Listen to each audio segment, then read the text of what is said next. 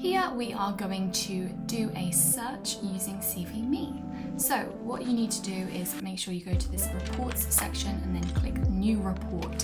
Here we're going to put in all of this data that you can put in these boxes here. So what we're going to do is you can paste the text of the job description in here. So I've just done that here. You want to have all of the details you've got. The more detail you give here, the better the search is going to be, and the better results they're going to be way more relevant for the particular search that you're trying to do. So this one is for a quantity surveyor.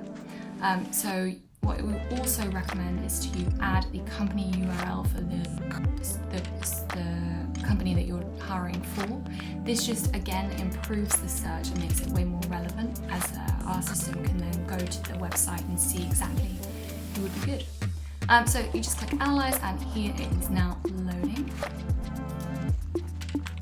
And here we have the results. So this is now the broken down criteria for the role. This is what will be used in the search.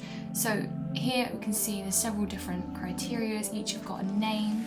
We've then got the criteria description here, which describes more detail what that is, the criteria reason why this is important for the role, and then also the weight reason. This is referring to this little green bit here called the weight. So weight will basically determine how important a certain criteria is in the search. So we can then edit the criteria. If you go under edit criteria, you can change the name, up or down the weight, depending on what you would prefer. Change the reason, you can add more details here, and basically use this to search using written language rather than Boolean string. Just gives you a bit more flexibility as to what exactly you're looking for and ability to specify.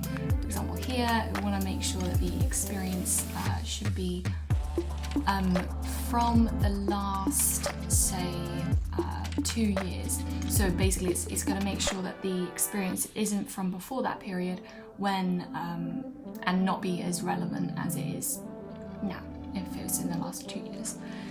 And you can set all of these sorts of things and edit the criteria as such. Once you're happy with all of those, you can then see the max score here. That's all of the total weights. And then we can go down to auto search here. So this is where you're going to do the actual search. So if you have a CRM attached, you can pull in the job from here. This is the automatically written Boolean string to use for the search. You can edit this if you choose to. You then got some toggles, including relocators, 5 years plus domestic experience in this country, the UK, and you can remove frequent job use if preferred. So then you're going to put the location in here. So this one is based in Milton Keynes, so that's what we're going to search for. You can choose how many miles you would like candidates to be from said location. Obviously that won't be so relevant if you're looking for ones that are further afield. So salary range, then you can adjust here using these sliders. Then you can also change days since uploaded, so if you want to make sure that the person's actually actively seeking for a role, or you can expand it wider than that. You then want to set the search limit, how many CVs you want to look at, and the max profiles returned, so it's going to return the top scorers from that search.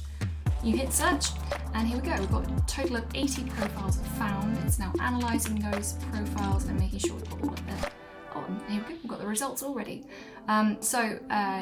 Here you can see we've got all the different people, the different scores, the different salaries that they are requesting or they've set on their profile, the distance from the location, their location, the date that the profile was last updated, and the desired job title, as well as the name of each candidate. So if you click into one of these candidates, you can then see what they've scored on the criteria.